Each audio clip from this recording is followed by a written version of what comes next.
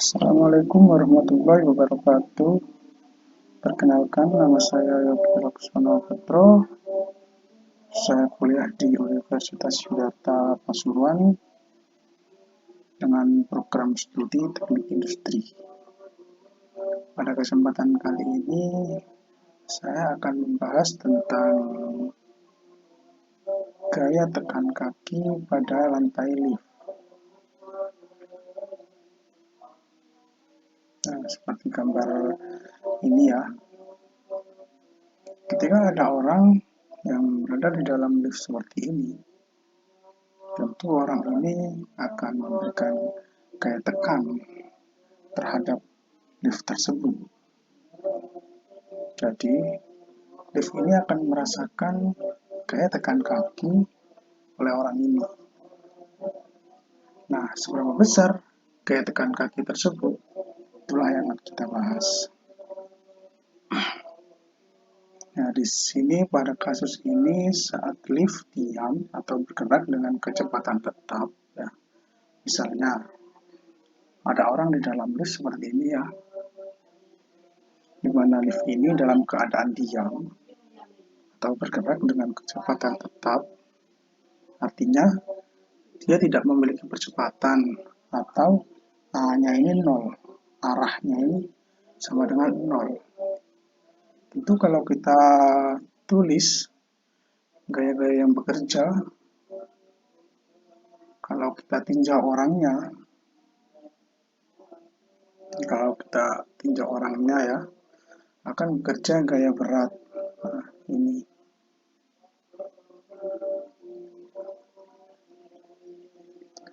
yang arahnya ke pusat bumi,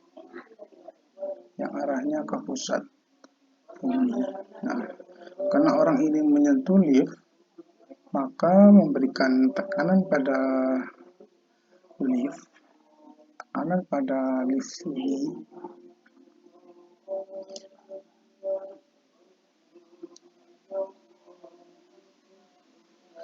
lift ini akan memberikan gaya balik terhadap orang tersebut,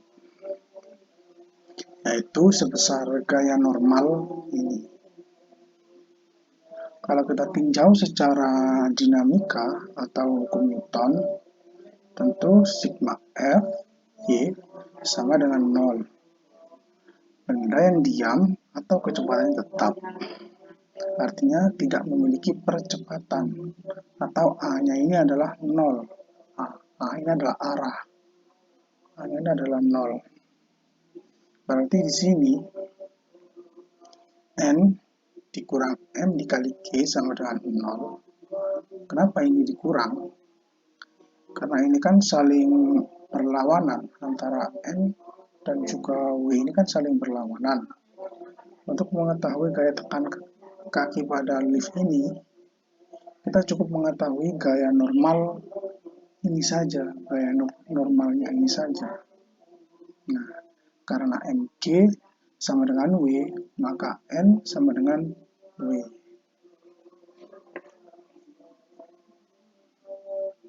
Kita lanjut pada kasus yang kedua ya. Saat lift bergerak ke atas dengan percepatan. Tentu gaya yang bekerja masih sama, yaitu adalah gaya normal ini dan juga gaya berat dari orangnya tersebut. Nah, dan dia memiliki percepatan arah. Nah, ini A ini adalah percepatannya dia ke atas. Maka sigma Fy sama dengan M dikali A.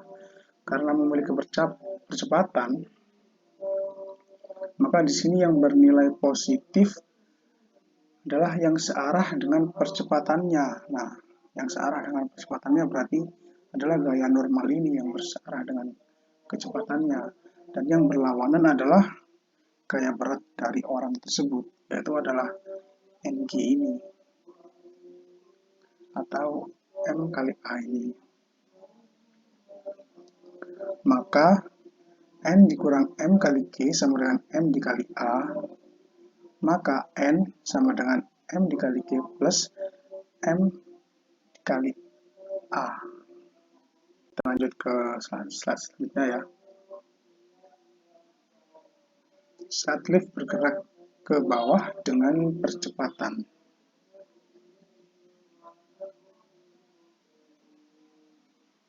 Gaya yang berlaku pun juga masih sama seperti yang tadi. Itu adalah sigma Fy sama dengan M kali A. Tadi kita katakan yang bernilai positif adalah yang searah dengan percepatannya. Nah, yang melawannya adalah gaya normal berarti. Nah, ini kan gaya normal dan ini adalah gaya beratnya.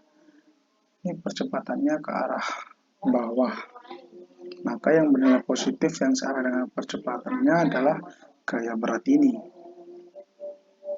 Maka Mg kurang N sama dengan M dikali A. Atau N sama dengan Mg, N sama dengan M kali G dikurang M dikali A. Nah, itulah gaya tekan kaki pada lantai lift. Kita lanjut pada pembahasan selanjutnya. Gerak menikung di jalan.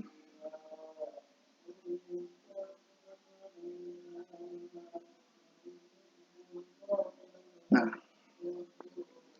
ketika ada sebuah mobil, misalnya menikung seperti ini, dan jalannya itu miring, ya, jalannya ini agak miring gitu ya, membentuk sudut theta ini. Nah, jadi kalau kita lihat di beberapa jalan, untuk beberapa kendaraan tertentu, itu kalau pada tikungan biasanya dibuat bidang miring ya, agar tidak selip. Nah, karena biasanya kalau datar, ketika kendaraan itu berbelok, maka dia akan selip. Kenapa kendaraan bisa selip? Keselip, biasanya itu kebanyakan selipnya itu ke sana ya, nah ke arah kiri ini. Kenapa kendaraan bisa sampai selip? Benda tersebut dipengaruhi oleh gaya sentrifugal. Nah, kalau kita lihat gambar di samping ini ya gambar ini ya, maka arah X adalah horizontal. Nah, ini adalah horizontal, berarti kita tandai dengan arah X. Dan arah Y, nah ini kita tandai dengan arah Y adalah vertikal.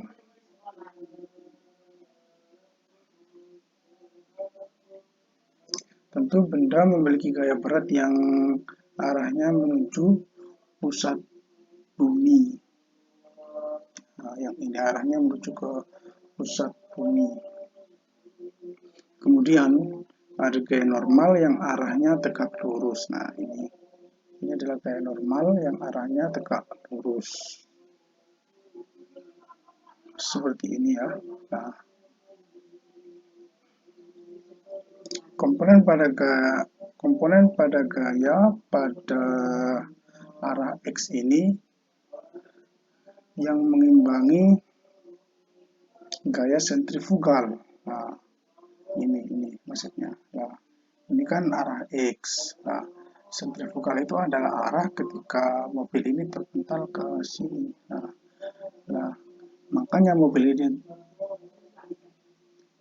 akan tetap ada di jalur karena kenapa? Karena gaya ini diimbangi oleh gaya dari X ini yang mengimbangi gaya sentrifugal ini agar kendaraan tetap ada di jalurnya. Dimana kalau kita lihat sudut kemiringan ini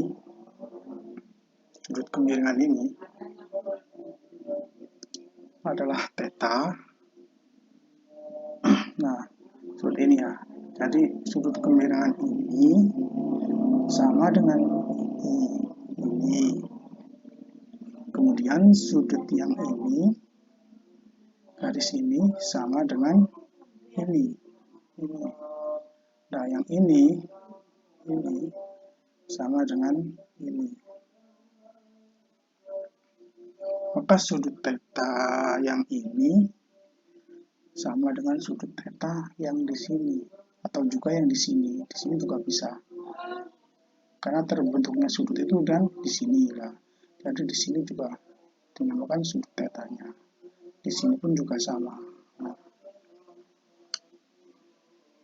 Nah, sekarang kalau kita tinjau komponen pada arah X dan juga Y, maka komponen pada sumbu X atau horizontal N sin theta sama dengan M V kuadrat per R. R ini adalah jari-jarinya ya. Atau N sama dengan M V kuadrat per R dikali sin theta.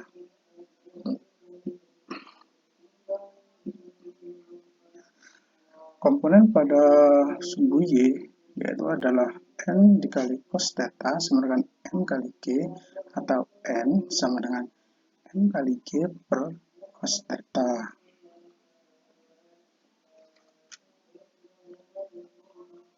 Jika persamaan ini kita substitusikan, akan jadi seperti ini. MV kuadrat per R sin theta sama dengan MG per cos theta. MV kuadrat dikali cos theta sama dengan M dikali GR per dikali GR dikali sin theta. V kuadrat ya. V ini adalah percepatan.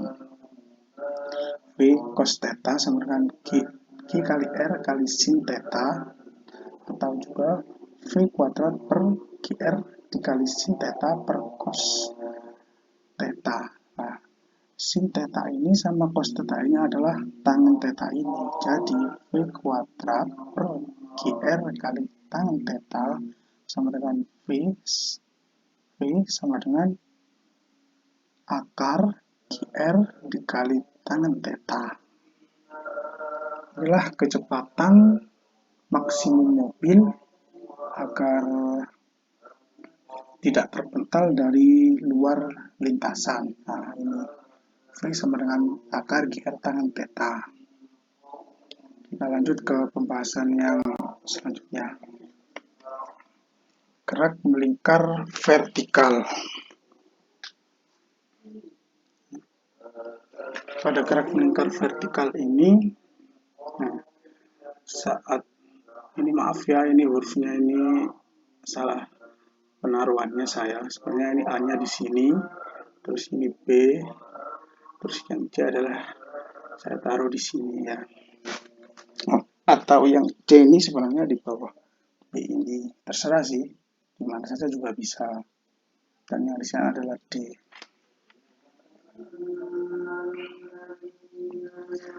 Nah, ini adalah contoh di gambar ini adalah ada seutas tali yang mengikat sebuah batu ya. Nah, seperti ini. Pasti kita akan merasakan perbedaan ketika di mana batu ini ada di posisi A sini, atau juga ada di posisi B, dan juga di posisi yang di sini atau D ya. Bagaimana kita kalau misalnya mencari tegangan tali dari posisi-posisi seperti ini ya. Nah, saat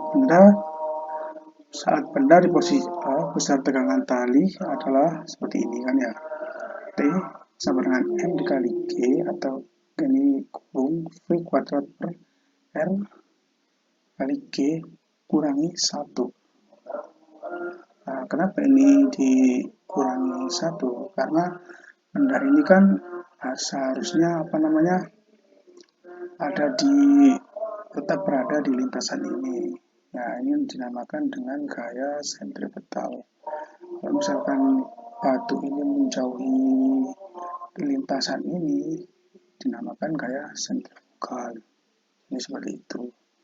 Nah, saat benda di posisi B, besar tegangan tali adalah sebagai berikut. Nah, ini kan ya, T sama dengan M V kuadrat per R. R ini ada jari-jari yang tadi. Saat benda di posisi D, besar tegangan talinya adalah, nah ini, T sama dengan M dikali G, V kuadrat per R dikali G plus cos theta. Ini di plus, ya. Saat benda di posisi D, besar tekanan talinya adalah sebagai berikut. Nah, ini T sama dengan M dikali G, V kuadrat per R dikali G plus 1. Nah, seperti itu. Kita lanjut ya.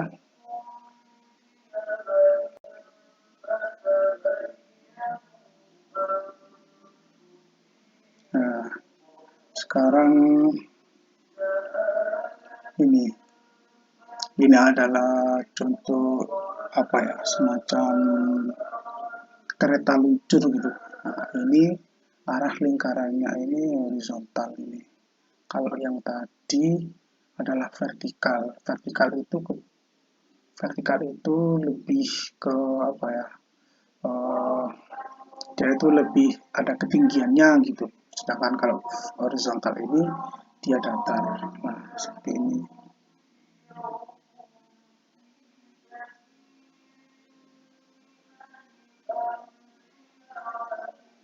Nah, seperti ini ya. Maka kita bisa rumuskan seperti ini. M V kuadrat per R sama dengan N plus N dikali G. Kelajuan minimum tertentu, kereta juga disebut kelajuan kritis. Nah, kelajuan kritis ini maksudnya apa? Kelajuan kritis ini maksudnya adalah di mana kereta luncur ini ya memiliki sebuah kelajuan. Jadi, kalau misalkan di kereta ini ya berada di bawah kelajuan kritis ini, maka kereta luncur ini bisa jatuh. Gitu. Nah, kan kelajuan minimum tertentu pada kereta disebut kelajuan kritis atau VK. Nah, berarti kalau kereta ini berada di bawah VK, nah, nilainya berada di bawah VK, berarti kereta ini akan jatuh. Maka dari itu, kereta ini harus lebih dari nilai VK ini. Nah, perjalanan ini diperoleh untuk N sama dengan 0. Oleh karena itu, persamaannya menjadi seperti ini kan ya. Persamaannya jadi seperti ini. V MVK kuadrat per R. R dari sama dengan 0 plus M dikali G. Atau juga MVK kuadrat sama dengan M dikali G. Atau VK-nya sama dengan akar G dikali R. G ini adalah gaya gravitasinya, R-nya adalah jari-jarinya. Jadi agar kereta luncur tidak jatuh ke bawah, ke bawah saat berada di tinggi, maka kereta tersebut harus memiliki kelajuan yang lebih besar dari akar GR ini. Nah, maka dari itu, kereta ini juga harus memiliki kelajuan tertentu. Seperti itu. Nah, tidak boleh kurang dari akar GR ini. Nah, seperti itu ya. Oke, terima kasih. Itu tadi pembahasan dari saya. Semoga bermanfaat buat kalian semua. Mohon maaf apabila ada kata-kata yang kurang bisa dipahami. Saya berterima kasih. Assalamualaikum warahmatullahi wabarakatuh.